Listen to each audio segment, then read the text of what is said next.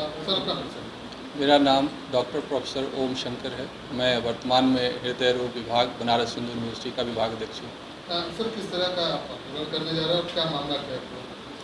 देखिए, मामला ये है कि पिछले 1.5 दशक से ज़्यादा हम लोगों ने स्वास्थ्य के मौलिक अधिकार की लड़ाई लड़ी है। हमारा ये मुख्य मुद्दा है कि पूरे देश के हर जनता को स्वास्थ्य के मौलिक अधिकार मिले। उसी की तरह अलग अलग स्टेप्स पे अलग अलग तरह की मांगें थी। जैसे स्वास्थ्य के कुल बजट चाहे केंद्र का हो या राज्य का हो, वो 10% किया जाए। प्राइमरी और सेकेंडरी हेल्थ सेंटर की जो स्वास्थ्य सुविधाएं हैं उसको बेहतर किया जाए।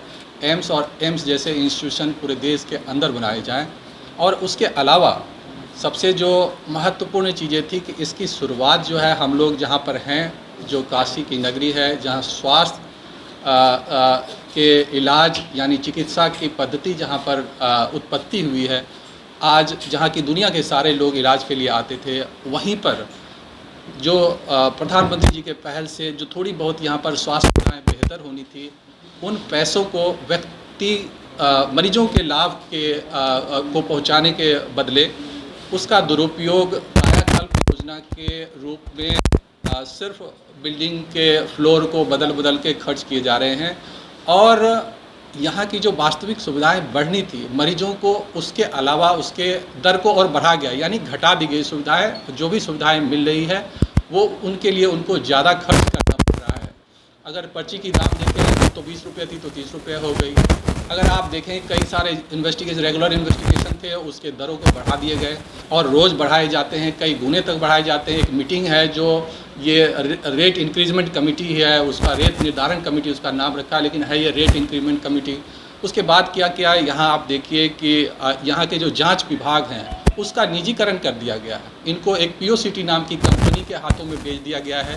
और ये सब वर्तमान के चिकित्सा अधीक्षक जो कि एक भ्रष्ट व्यक्ति हैं, जो सत्यापित भ्रष्ट व्यक्ति हैं, जिनको चिकित्सा अधीक्षक कुलपति महोदय द्वारा सारे संज्ञान में मेरे कई पत्र लिखने के बाद भी आज तक एक भ्रष्ट व्यक्ति को चिकित्सा अधीक्षक बनाए हुए हैं। और उनके और ये जो अवैध कुछ लोग हैं, उनके चाहने वाले, उनके साथ मिलकर बनारस हिंदू यूनिवर्सिटी के कई संसाधनों को बेचा जा रहा है और आम जनता को एम्स लाइक सुविधाओं के नाम पर ज़्यादा उनका शोषण हो रहा है। कई जगह दुकानें में MRP रेट पर, एग्रीमेंट कुछ और है लेकिन MRP रेट पर दवाएं को उपलब्ध करा रहा है। कई जगह पर क्या है कि हम अपने विभाग के बारे में बताएं कि हमारे यहाँ जो सबसे बेहतर छल्ले 12,000 में मिल सकते हैं उसको 36,000 40,000 में बिचवा रहे हैं। और ये सबको पता है, मेरे बार बार कहने और कहने के बाद भी उन जो प्रधानमंत्री जी की योजना थी अमृत योजना, उसको जहर योजना में बदल दिया है लोगों ने। आम जनता जो है परेशान है।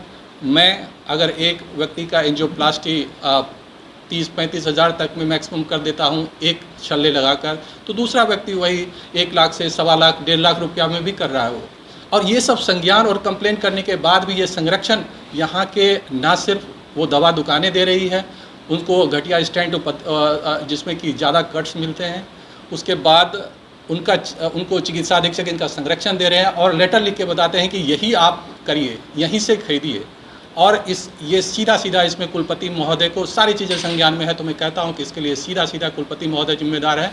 ये भी उनके साथ मिले हुए इनके इन गलत कर्तव्यों में जितने भी भ्रष्टाचार हो रहा है। इसलिए तो बनारस हिंदू यूनिवर्सिटी जो महामना की बगिया जो 100 साल पहले बनी थी, जिसका मुख्य उद्देश्य इस समाज को बेहतर शिक्षा और बेहतर स्वास्थ्य की चीज़ें उपलब्ध करानी थी, वो आज गरीबों के लिए महंगी से महंगी होती जा रही है। इसी कड़ी में अब मैं हृदय रोग विभाग के बारे में बताना चाहता हूँ कि हृदय रोग विभाग के लिए प्रधानमंत्री जी ने सुपर स्पेशलिटी ब्लॉक में आज की जहां हमें सुविधाएं 45 बेड की थी, जो आप जहां पर अभी सर सुंदर लाल अस्पताल है, इसके लिए एक अलग से विंग बनाया था जिसको सुपर स्पेशलिटी विभाग या CSSB कहते हैं, शताब्दी सुपर स्पेशलिटी ब्लॉक। उसमें 41 बेड एडिशनल अलॉट किए गए थे। वर्तमान में ये जो चिकित्सा अधीक्षक महोदय हैं, जो सर से पैर तक सिर्फ भ्रष्टाचार में डूबे हैं और जिनका काम पैसा कमाने के अलावा और कुछ नहीं है, वो व्यक्ति न सिर्फ अपने पद का दुरुपयोग कर रहा है व्यक्तिगत लाभ के लिए, बल्कि सामाजिक लाभ यानी कि 41 बेड जो हृदय रोगियों का है, पिछले 1.5 महीने से कुलपति महोदय के साथ मिलकर ताला लगा कर रखा है। और उस पर भर्ती नहीं हो पा रहा है। लगातार मेरे अनुनय विनय निवेदन करने के बाद भी, इतने पत्र लिखने के बाद भी, जिससे कम से कम 21,000 से ज़्यादा मरीजों को पिछले 1.5 सालों में बेड खाली होते हुए भी बेड नहीं दिया गया। देखिए, आंकड़ा कहना तो बहुत मुश्किल होता है। इसलिए मुश्किल होता है कि हमने जिस गंभीर रोगियों को भर्ती किया वो तो ठीक है, हमारे पास आंकड़ा है उसको, जिसका इलाज किया हमने, लेकिन जिसको मैंने ना कह दिया, अब वो किस स्थिति में गए, कहाँ गए, उनके पास क्या हुआ, ये तो मैं नहीं कह पाऊँगा। हाँ, लेकिन एक आधिकारिक कंप्लेन जरूर आया था, जो कि आज से इसके अंदर है वो पेपर मेरे पास, मैं आपको उसके हिसाब से, उनकी दादी थी एक व्यक्ति की, उनको हृदय से संबंधित बीमारी थी और उनको जो है, हाँ ये देखिए कृष्णा देव, इसको आप लोग रिकॉर्ड करिए, इसको रिकॉर्ड करें। ये मरीज का कंप्लेन आप लीजिए।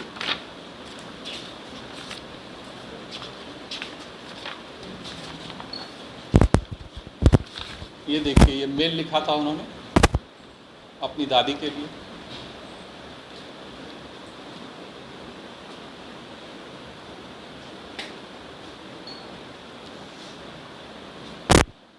ये मरीज का डेथ सर्टिफिकेट है, ये लीजिए, जो बनारस हिंदू यूनिवर्सिटी का बना हुआ है, इसको आप रिकॉर्ड करिए।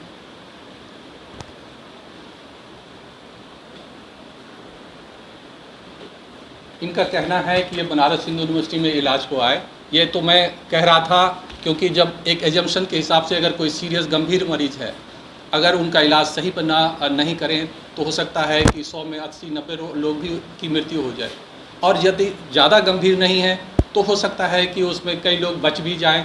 तो ये बिल्कुल सत्यापित रूप से तो मैं नहीं कह सकता हूं कि कितने लोग, लेकिन काफ़ी लोगों की जान गई होगी जिनकी जान बचाई जा सकती है। आपने 3 महीने का समय, एक हफ्ते देते आए हैं, 15 दिन देते आए हैं, 3 महीने का। 3 महीने में आखिरी समय दे रहा हूं, क्योंकि मैं जानता हूं कि एडमिनिस्ट्रेशन में हो सकता है कि जो लोग आज बहुत ही इधर उधर करते हैं और उनके लिए भी चिकित्सा अधीक्षक के ऊपर कोई कार्रवाई करने के लिए अगर उनको भी कुछ ग्राउंड वर्क करना होगा, तो एक सफिशिएंट मैं समय देता हूं कि जिससे आप ये आरोप नहीं लगा सकते हैं कि मुझे आपने समय नहीं दिया और कह रहे कि 24 घंटे में, 2 दिन में और 10 दिन में जो आप कार्रवाई करें और हम नहीं कर पाए।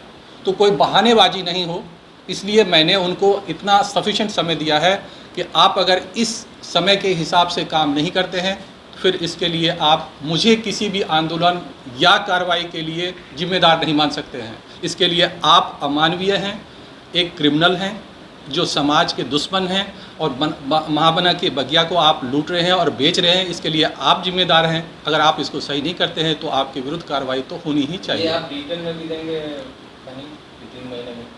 रिटर्न में भी तो बिल्कुल देंगे, बिल्कुल देंगे, कुलपति महोदय को देंगे। यही चीज़ें जो है मैं कुलपति महोदय को रिटर्न दूंगा। सर, आप हज़ारों मरीजों को देखते हैं, प्रतिदिन की बात कर रहा हूँ, तो ऐसे मरीजों का आप जब घर में बैठेंगे तो कैसे देखा जाएगा उनका स्वास्थ्य और उनकी जो है चिकित्सा? देखिए, आप लोग जो है गवाह हैं। हमने जब भी कोई आंदोलन किया है, हमने चिकित्सा सेवाएं आंदोलन करते हुए भी जारी रखी है। मैं जहां बैठूंगा वहीं मरीज देखूंगा। मरीज देखना तो मेरा काम ही, मैं डॉक्टर ही इसलिए हूँ। जहां भी मैं लंका गेट पर बैठूंगा तो वहां भी मैं मरीज को देखूंगा। मैं यहाँ पर अगर आमरण अनशन करूँगा तो यहाँ भी बैठूंगा। अगर मैं कैथ लैब में करूँगा तो वहाँ भी बैठ के मरीज देखूँगा। मरीज तो हमारा, मैं मरीज की वजह से हूँ, मेरी वजह से मरीज नहीं है।